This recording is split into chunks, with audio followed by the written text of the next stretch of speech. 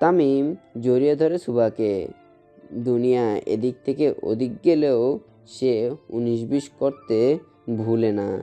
অথচ পরীক্ষায় ভালো রেজাল্ট না হলে সবার আগে সে নিজেই সেগুন কাঠের স্কেল নিয়ে দৌড় লাগাবে সুভার পিছনে। তামিম সুভার ওড়না মাটিতে ফেলে দেয় আর মুখে ডুবাই সুভার উন্মুক্ত গলাতে। চোখ বন্ধ করে ফেলে সুভা। তামিমের প্রতিটি স্পর্শে শিহরণ জাগতে থাকে সুভার মাঝে। তামিমের বেসামাল হাতের স্পর্শে নাজেহাল হতে থাকে সুভার অবস্থা। সেও মত্ত হতে থাকে তামিমের মাঝে। রাত প্রায় মধ্যভাগ। একজন আরেকজনকে আলিঙ্গন করে শুয়ে থাকে তামিম সুভা। যেহেতু তামিম সুভাকে আজকে পড়তেই দেয়নি, সেহেতু রেজাল্ট খারাপ হলেও তামিম নিশ্চয়ই তাকে কিছু বলবে না। মনে মনে নিজেকে সান্ত্বনা দিতে থাকে সুভা। তামিম, রেজাল্ট খারাপ হলে? কানের নিচে পড়বে। হুড়মুড়িয়ে উঠে বসে সুভা। মানে কি, কাল পরীক্ষা আর আজকে আপনি পড়তে দিলেন না, এখন আবার? তামিম সুভার বাহু টান দিয়ে নিজের উপরে ফেলে। সারা বছর কি করেছ? একদিন আগে কি ঈশ্বরচন্দ্র বিদ্যাসাগরের আত্মা প্রবেশ করবে তোমার মাঝে? তামিমের কথা শুনে বোকা বনে যায় সুভা। তামিম নিজের কার্যসিদ্ধিও করলো আর সুভাকে থ্রেটও দিল। মির্জাফর তো মরে গেছে, কিন্তু আপনাকে সাথে নিতে ভুলে গেছে। তামিম সুভার গাল ধরে টিপ দেয়। আমি শুধু রেজাল্ট দেখব। সুভা অসহায় দৃষ্টিতে তাকিয়ে থাকে তামিমের দিকে। একে তো সারা বছর সে তাকে পড়তে দেয়নি, এখন আবার রেজাল্ট খারাপ হলেও পিটাবে। তামিম যে গার্জিয়ান হিসেবে এত কড়া সেটা কল্পনাও করতে পারেনি সুভা। ঘুমাও, সকালে পরীক্ষা আছে। তামিম সুভার মাথা চেপে ধরে শুয়ে পড়ে, কিন্তু সুভার চোখের ঘুম গায়েব হয়ে যায়। এমনিতেও রাত প্রায় শেষের দিকে। সারা রাত তামিম তাকে ডিস্টার্ব করে, আবার মাঝরাতে থ্রেড দিয়ে ঘুমাতেও বলে। এক মহা মুশকিলে পড়ে গেছে সুভা। বর্তমানে সুভাকে রাতে প্রস্তুতি নিতে দেয়নি তামিম, কিন্তু সকালে উঠে এমন ভাব করছে যেন সুভা নিজ থেকে পড়েনি, সব দোষ তার। জলদি রেডি হও। তামিম সুভাকে তাড়া দিয়ে নিচে পরে পেরে, আর সুভা সুন্দর মতো রেডি হয়ে কাগজপত্র সব চেক করে নামতে থাকে। আয়েশা সরকার পঞ্চপাণ্ডবকে নিয়ে নিচে বসে থাকে। সুভা আসতেই তাকে মাথা ঠান্ডা রেখে পরীক্ষা দিতে বলে। ভয়ের কিছু নাই, যা পারবি তাই দিবি, কোনো টেনশন নাই। আচ্ছা মা। আয়েশা সরকার এবং সুভার কথার মাঝে তামিম এসে দাঁড়ায় সুভার সামনে। আমি শুধু রেজাল্ট দেখব। মা, শয়তান সরকার কাল থেকে আমার পিছনে লেগেছে। আয়েশা সরকার অগ্নিদৃষ্টিতে তাকায় তামিমের দিকে। আমার মেয়েকে ভয় কম দেখা তামিম, একদম উগানটা পাঠিয়ে দিব। তামিম কিছু না বলে নিজের চশমা পরে বাইরে যেতে থাকে। তারপর আবারও পিছনে ফিরে বলে, আমি শুধু রেজাল্ট দেখব। রাগে চোখ মুখ খিচে বন্ধ করে ফেলে সুভা। সবার থেকে দোয়া নিয়ে তামিমের 6 শয়তান বেরিয়ে পড়ে পরীক্ষা দিতে। তামিম নিজের বড় গাড়িতে করে তাদের নিয়ে যেতে থাকে। 6 জনই গভীর চিন্তাতে থাকে। তামিম আগেই বলেছে সে শুধু রেজাল্ট দেখবে, মার যে একটাও মাটিতে পড়বে না এটা তারা বুঝতে পারে। টেনশনে পুটকি দিয়া দম বের হইতেছে, আর এইদিকে এই শালারা হাইসা যাইতেছে। মানিকের কথা শুনে সকলে তার দিকে তাকায়। আজকে তো তাদের মহাবিপদ, তাহলে হাসলোটাকে? কি রে সাকিব, তুই হাসতেছিস কেলা? সকলের দৃষ্টির কেন্দ্রবিন্দু হয়ে ওঠে সাকিব। তার মতো ফাঁকিবাজ ছাত্র টেনশন না করে হাসতে হাসতে পরীক্ষা দিতে যাচ্ছে। আমরা তো ইতিহাস করতে যাইতেছি বেটা, এর লাগিয়া হাসতাছি। ইতিহাসে প্রথমবার মা ছেলে একসাথে পরীক্ষা দিতে যাইতাছে। সাকিবের কথায় সকলের টনক নাড়ে। আসলেই তো তারা তো ইতিহাস তৈরি করে যাচ্ছে। মা ছেলে একসাথে পরীক্ষা দিতে যাচ্ছে। পরীক্ষার কেন্দ্র থেকে কিছুটা আগে তামিম গাড়ি দাঁড় করায়। 6 শয়তান নিজেদের মধ্যে চোকাচোকি করলেও কারণ বুঝতে পারে না কেন। কিছুক্ষণ আগে নিজেই তাড়া দিল, আর এখন নিজেই গাড়ি দাঁড় করালো। কারণটা কি? তামিম গাড়ি থেকে নেমে বাকিদেরও ইশারা করে নামতে। ছয় শয়তান খুশি হয়ে যায়, তার মানে তাদের পরীক্ষার প্রশ্ন দেওয়া হবে। এছাড়া তো কোনো কারণ দেখছে না তারা এই সময়ে গাড়ি দাঁড় করানোর। ছয় শয়তান অতি আবেগে আপ্লুত হয়ে যায়। দেখছস, কইছিলাম না ভাই আমাকে আব্বা লাগে। এই জীবনেও আমাকে ক্ষতি করব না, এখনই প্রশ্ন দিব আমাকে। সাকিব ঠিক কইছত। আরে কত বদনাম করলাম ভাইয়ের নামে। সাকিব, মানিক আর সুভা প্রচণ্ড আফসোস করতে থাকে কেন তারা তামিমের নামে এত বদনাম করলো। বাকি তিনজন তখনও চুপ ছিল। তামিম প্রশ্ন পেপার ফাঁস করবে এটা মাহির, মফিজ আর রফিক মানতেই চায়নি। তারপর বাকি তিনজনের কথা শুনে তারা মোটামুটি সেন্টি খায়। ছয় শয়তান একসাথে খুশি মনে নেমে পড়ে। গাড়ি থেকে নামতেই সকলের মুখের বাতি ফিউজ হয়ে যায়। শুকনো ঢোক গিলে তারা একজন আরেকজনের দিকে সন্দেহের দৃষ্টিতে তাকায়। এই বেইমানিটা করলো কে? তামিমের তো কিছু জানার কথা নয়। প্ল্যান তো একদম শুকনো ছিল। ঘুণ অক্ষরেও কারো জানার কথা নয়। তাহলে তামিমের বডিগার্ডরা সাবান আর পানির জগ হাতে দাঁড়িয়ে থাকে। ছয় শয়তান একজন আরেকজনের দিকে তাকিয়ে নিজের হাত লুকাতে ব্যস্ত হয়ে যায়। এক সিরিয়ালে দাঁড়া। খুব শক্তভাবে বলে ওঠে তামিম।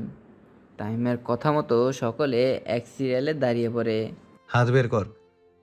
তামিম হাত বের করার কথা বলতেই সকলে পিছনে হাত লুকায় আর তামিমও চটে যায়। তামিমের রাগী ভাবমূর্তি চোখে পড়তেই সকলে এক এক করে হাত বের করে। আর সামনে সাবান এবং পানি নিয়ে দাঁড়িয়ে থাকা তামিমের লোকেরা এসে সকলে হাত ঘষা শুরু করে।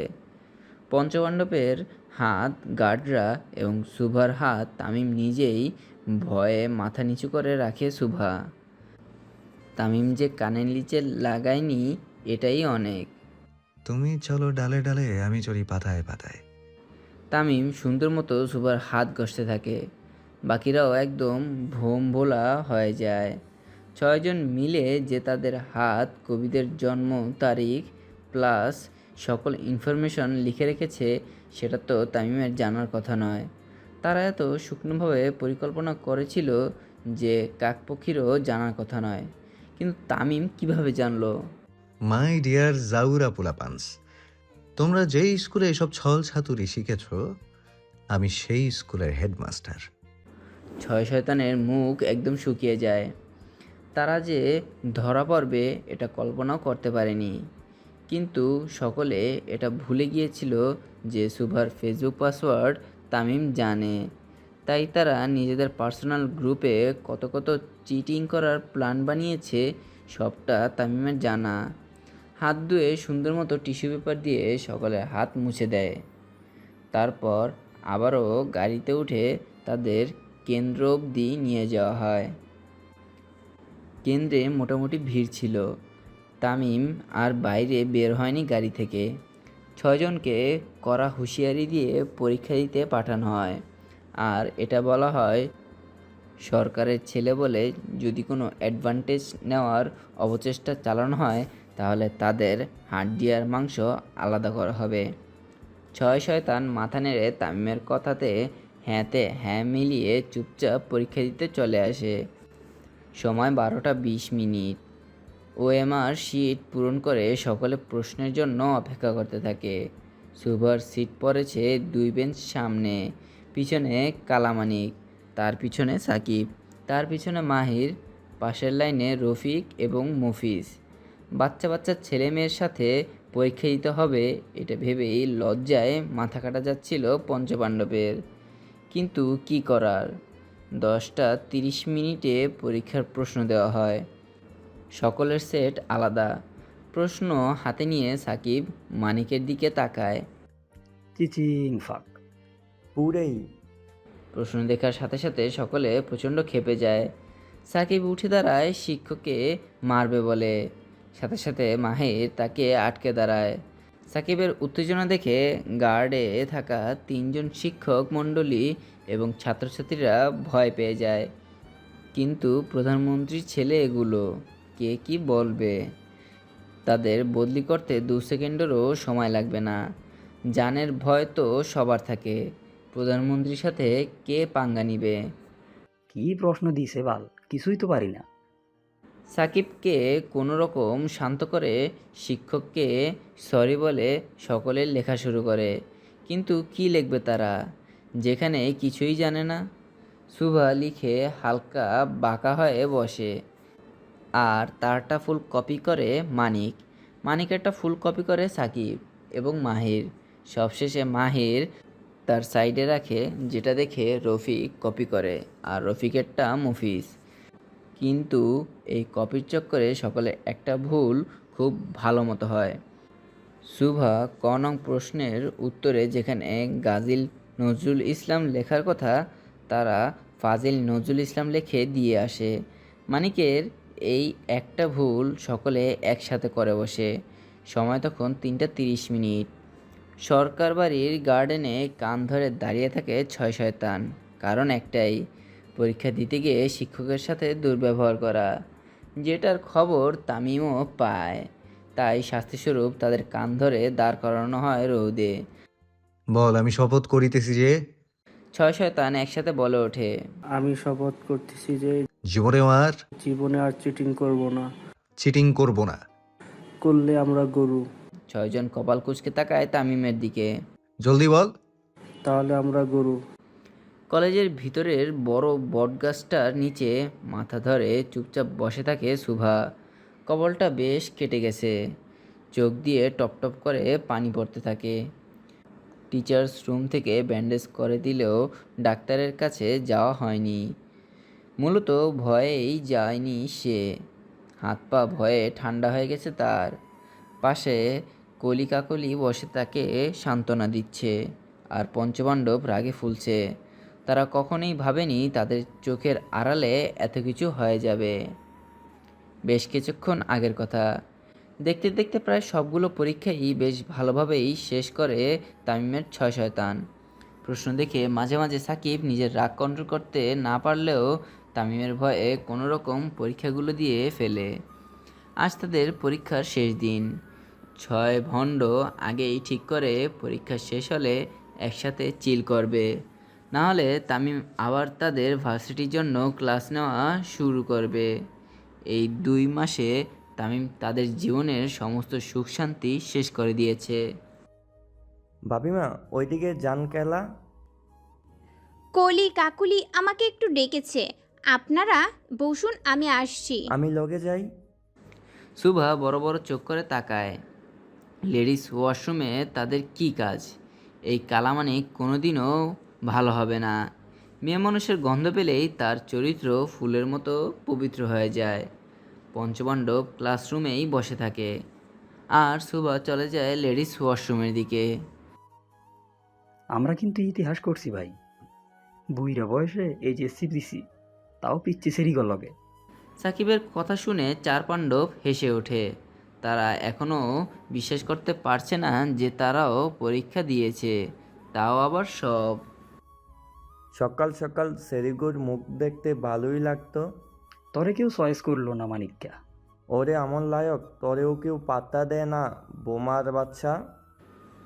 তাদের কথার মাঝেই হুট করে দরজা জোরে লাগানোর শব্দ হয়। মাহির দরজার কাছে গিয়ে চেক করলে বুঝতে পারে কেউ বাইরে থেকে লাগিয়ে দিয়েছে। জানলা দিয়ে দেখে কেউ দৌড়ে যাচ্ছে। তারা ডাকাডাকি শুরু করে দেয়। আব্বে হালা, দরজা বন্ধ করলি কোন হালায়, খোল কইতাছি। সাকিব দরজায় 3-4টা লাথি মারে, আর বাকিরা জোরে জোরে চিৎকার করতে থাকে।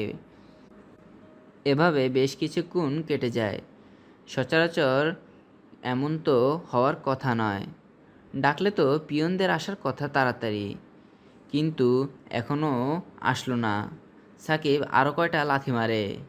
কিছুক্ষণের মধ্যে পিয়ন এসে দরজা খুলে দেয়। দরজা খোলার সাথে সাথে তারা পিয়নের ওপর চড়াও হতেই জানতে পারে নিচে গন্ডগোল হয়েছে। এমপির বউয়ের মাথা ফেটে গেছে। একদল ছেলে রং মেখে এসে ছাত্রছাত্রীদের সাথে মিশে যায়, আর সেখানেই তাকে বাজেভাবে ছোঁয়া হয়। পরে গিয়ে মাথা ফেটে যায় তার।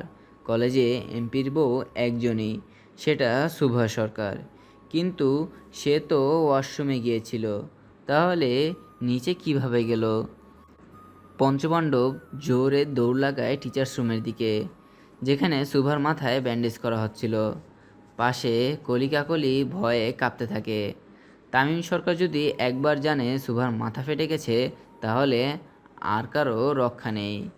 তার উপরে যদি এটা জানে তাকে কেউ নোংরাভাবে ছোঁয়ার চেষ্টা চালিয়েছে, তাহলে আজকে তৃতীয় বিশ্বযুদ্ধ হওয়া থেকে কেউ আটকাতে পারবে না।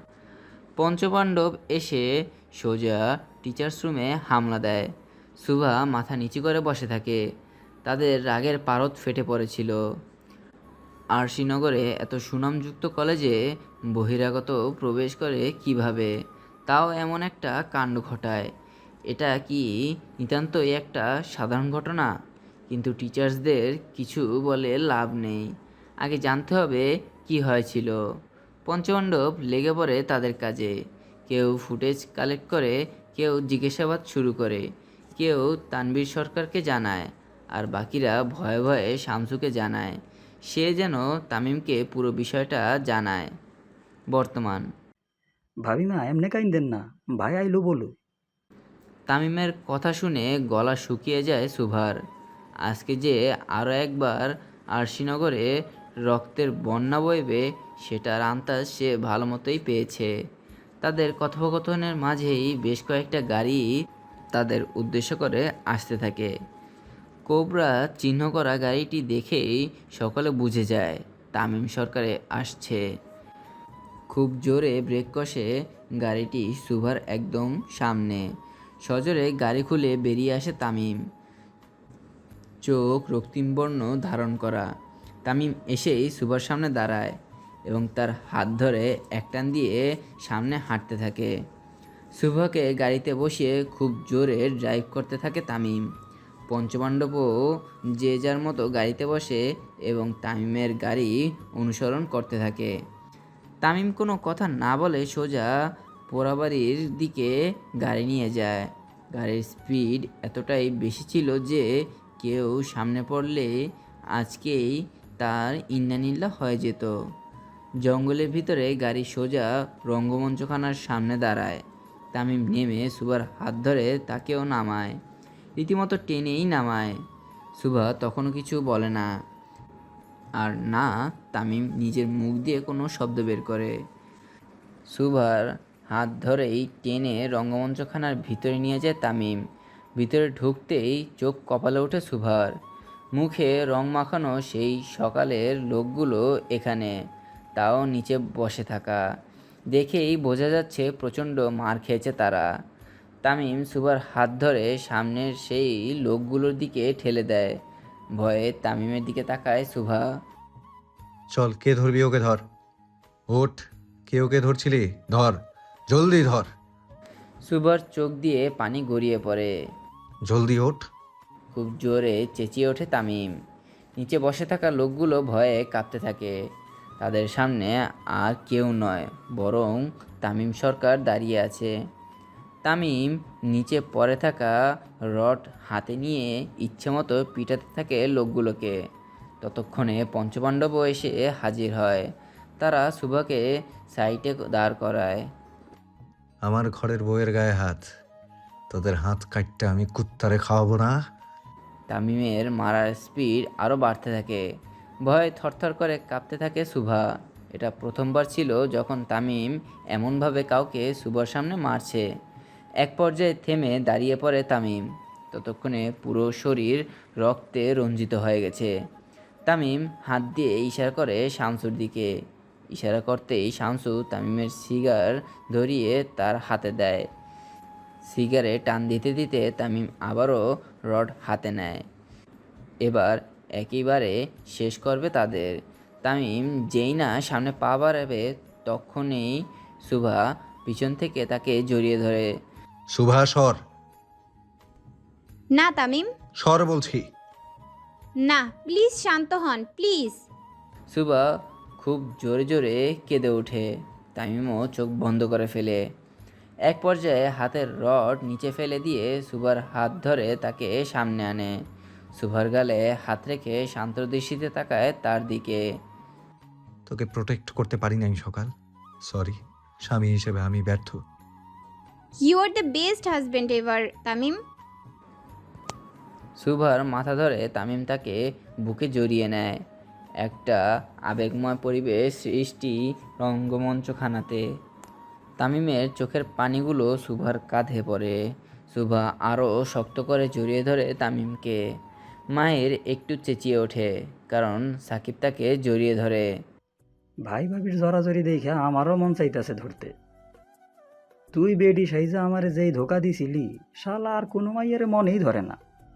সাকিবের কথা শুনে কালামানিক ও মাহিরের কাছে চলে আসে, কারণ মাহিরও তো তার সাথেও ফ্লার্ট করেছিল। কিন্তু মাহির দূরে চলে যায় এই দুই মুসিবতের থেকে। বাড়ি চলুন তামিম। তামিম সুভাকে ছেড়ে দিয়ে তার হাত ধরে আর সামনের দিকে যেতে থাকে, কিন্তু যাওয়ার আগে তার পঞ্চপাণ্ডবদের ইশারা করে যায়। তামিম সরকারের বউয়ের সাথে নোংরামির চেষ্টা, আর তামিম ছেড়ে দিবে। হাতে হ্যান্ডকাফ লাগিয়ে গাড়ির পিছনে অ্যাটাচ করে প্রত্যেককে জঙ্গলের ভেতর দিয়ে দৌড় করানো হয়, যতক্ষণ না তাদের প্রাণ যায়। সরকার বাড়ি।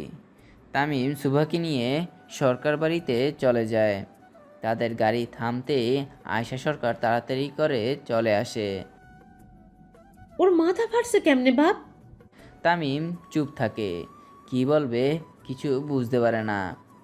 তার গাফলতির জন্য যে এটা হলো সেটা তো অস্বীকার করতে পারবে না।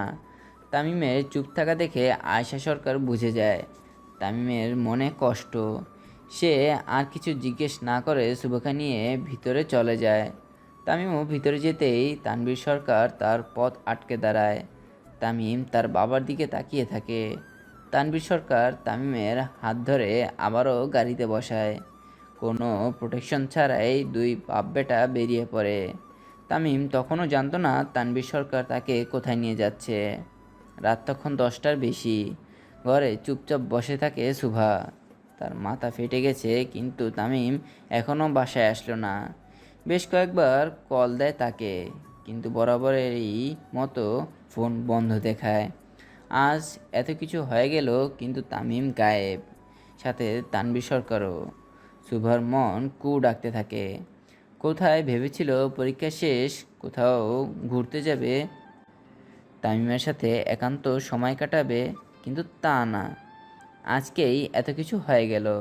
ভয়ে হাত পা ঠান্ডা হয়ে আসতে থাকে সুভার। তামিম গেল তো গেল কোথায়?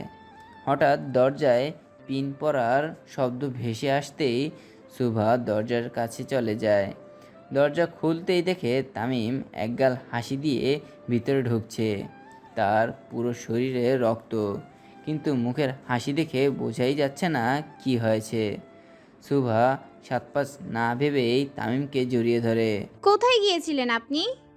সুভা বেশ অবাক হয়ে যায়। গরু তো কষায় কাটে, তামিম কবে থেকে গরু কাটা শুরু করলো? তামিম রুমের দরজা লাগিয়ে সুভাকে বিছানায় বসায়। শোনো, তোমার স্বামী শুধু মানুষ নয়, গরু কাটতেও এক্সপার্ট। সুভা কিছু না বুঝেই তামিমের দিকে তাকিয়ে থাকে। সকাল থেকে আজ এত কিছু হয়ে গেল, তামিম সেদিকে খেয়াল না করে গরু কাটছিল। তানভীর সরকার যেহেতু ছিল, সেহেতু তামিম মানুষ খুন করার সাহস পাবে না নিশ্চয়ই, কিন্তু হঠাৎ গরু কেন? এমন আশ্চর্য প্রশ্নে বাসা বাঁধে সুভার মনে। কিন্তু সুভা ঠিক করে সে তামিমকে বিশ্বাস করবে, আর একটাও বাড়তি প্রশ্ন করবে না। অনেক রক্ত লেগে আছে তামিম, আপনি ফ্রেশ হন আগে। তামিম সুভার গাল টিপে দিয়ে ওয়াশরুমে চলে যায়। বেসিনের আয়নার সামনে চুপচাপ দাঁড়িয়ে থাকে তামিম। আজকে তার বিজয়ের দিন। সে পেরেছে সুভার দোষীদের খুঁজে শাস্তি দিতে। সুভাকে কিডন্যাপ করা থেকে শুরু করে আজকের ঘটনা, যারা যারা ছিল প্রায় প্রত্যেককে সে মৃত্যুর দুয়ার অবধি পৌঁছে দিয়ে আসে। কিন্তু পরক্ষণেই তামিম আবারও কল্পনা করতে থাকে। তার চোখে ভেসে ওঠে দিনের ঘটনাগুলো। আজ তানভীর সরকারের যে রূপ, তামিম দেখলো সেটা হয়তো কল্পনাও করতে পারেনি তামিম। তামিম এখন বুঝলো এমনি এমনি সরকার ভাইয়ের নাম শুনলে মানুষ মুতে প্যান ভিজাতো না। আমার আব্বাজান আর আমারও 3 কাঠি উপরে। সরকার ভাই, কামাল কি চিজ হো আপ। বেডে চুপচাপ বসে থাকে শুভা। তামিম ফ্রেশ হতে গেছে প্রায় 10 মিনিটের মতো চলল। ঘড়ির কাঁটা জানাই দিচ্ছে 11টার কাছাকাছি। শুভা চুপচাপ বসে বসে ভাবছে, তামিম এত ব্যস্ত, কালকের দিনের কথা কি ভুলে গেছে? সে কি আদৌ জানে কালকে কি? বসে থাকতে থাকতে হঠাৎ ওয়াশরুম থেকে তামিম শুভাকে জোরে জোরে ডাকতে থাকে। হঠাৎ তামিমের এত সারের মতো ডাক শুনে শুভা হন্তদন্ত হয়ে ওয়াশরুমে চলে যায়। গিয়ে এদিক ওদিক তাকিয়ে দেখে তামিম ঝর্ণার পানির মাঝে দাঁড়িয়ে আছে অপর পাশ হয়ে। শুভা তামিমের একদম কাছে চলে যায়। তামিম, শুভা তামিমকে ডাকতেই তামিম তার হাত ধরে ঝর্ণার পানির মাঝে নিয়ে নেয়। শক্ত করে চেপে ধরে শুভার কোমর। শুভা তামিমের বুকে হাত রাখে। তামিম আস্তে আস্তে শুভার মুখ বরাবর নিজের মুখ আনে। দখলে নিয়ে নেয় শুভার ওষ্ঠযুগল। শুভাও তামিমের গলায় হাত রাখে। ধীরে ধীরে তামিমের বেগতিক হাতের স্পর্শগুলো কাঁপিয়ে তোলে শুভাকে। সেও পুরোপুরি নিয়ন্ত্রণ হারিয়ে মত্ত হতে থাকে তামিমের মাঝে। প্রায় অনেক দিন পর শুভা তামিম এতটা কাছে। তুমি মাথা ফাটাইছো, তারপর তোমাকে রেহাই দিতে মন চাইলো না, সরি। তামিম আবারও মত্ত হতে থাকে শুভার মাঝে। শুভাও তামিমের তালে তাল মিলাতে থাকে।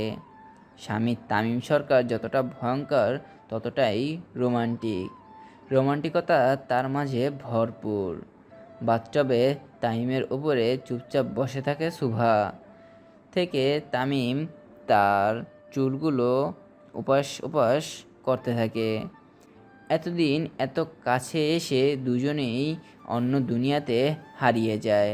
সময়ের কোনো খেয়াল থাকে না। Tamim, what you like in me? I like the way you breathe. Shubha হালকা হেসে ওঠে। গরিবের কবির সিং। ঘড়ির কাঁটা বলছে সময় তখন 4টা 2 মিনিট। আস্তে আস্তে পৃথিবী তার অন্ধকার জগৎ থেকে আলোর পথে ফিরে আসছে। সূর্যটাও এখনও পুরোপুরি উদয় হয়নি, কিছুটা দেখা যাচ্ছে। একটি শীতল আবহাওয়া চলছে পৃথিবী জুড়ে। তামিম মনোযোগ সহকারে ড্রাইভ করছে। পাশের সিটে শুভা বসা। তার জানা নেই তামিম কোথায় নিয়ে যাচ্ছে। থেকে থেকে শুভা আর চোখে বারবার তাকাচ্ছে তামিমের দিকে। একটু মন খারাপও হচ্ছে বটে। আজ তার জন্মদিন, কিন্তু তামিম তাকে ঠিক রাত 12টায় উইশ করলো না। অবশ্য মধ্যরাত অবধি তো তারা একে অপরের সঙ্গে মেতেও ছিল। উষ্ণ ছোঁয়া আদান প্রদান করতে ব্যস্ত ছিল। এতটাই মগ্ন ছিল একজন আরেকজনের প্রতি, সময়ের খেয়াল নেই বললেই চলে। শুভা ভেবেছিল হয়তো তামিম ঠিক 12টায় রোমান্টিক ফিল্মের হিরোদের মতো উইশ করবে, কিন্তু শেষ পরীক্ষার দিন যা হলো, তামিমের মনে না থাকাটাই স্বাভাবিক। শুভা নিজের মনকে বুঝিয়ে ফেলে। স্বামী তার মহাব্যস্ত, জন্মদিন ভুলতে পারে, কিন্তু তাকে ভালোবাসতে ভুলতে পারে না। বেশ কিছুক্ষণ পর আরশিনগরে একদম শেষ ভাগে, যেখানে পাহাড় আর মাটি মিশে গেছে একে অপরের সাথে, ঠিক তার উঁচু চূড়াতে গাড়ি থামায় তামিম। সূর্য পুরোপুরি উঠবে উঠবে তখন। বাইরে এসো সকাল। তামিম উইন্ড খুলে শুভার দিকে হাত বাড়িয়ে দেয়। একটা মুচকি হাসি দিয়ে শুভা তামিমের হাত ধরে বাইরে আসে। শুভা বাইরে আসার সাথে সাথে তামিম শুভার চোখ জোরে নিজের হাত দিয়ে ঢেকে ফেলে। কি হলো তামিম? তামিম শুভার কানে নিজের মুখ এনে ওষ্ঠযুগল ছুঁয়ে দেয় শুভার কানের লতিতে। হালকা কম্পিত হয় শুভার শরীর। তোমাকে একটা নতুন সকাল গিফট করব সকাল। তামিম শুভার চোখ ধরে একদম উঁচু চূড়ার মাঝ বরাবর দাঁড় করায়। আস্তে আস্তে চোখ খুলবে সকাল, একদম আস্তে। তামিম সুবার চোখ হতে তার হাত জোড়া সরাতেই সুবা আস্তে আস্তে চোখ খোলা শুরু করে। ঠিক যেমনভাবে তামিম বলেছিল, চোখ খুলতেই সুবা এক অন্য জগতে হারিয়ে যায়। কি মনোহর দৃশ্য! সূর্য সবেমাত্র পুরোপুরি উদয় হলো। চারপাশটা এখনও অন্ধকার আচ্ছন্ন, পুরোপুরি দৃশ্যমান হয়নি কিছু। তার মধ্যে পাহাড়ের উঁচু চূড়ার মাঝে দাঁড়িয়ে সুভাষ সেই মনোমুগ্ধকর দৃশ্য দেখছে।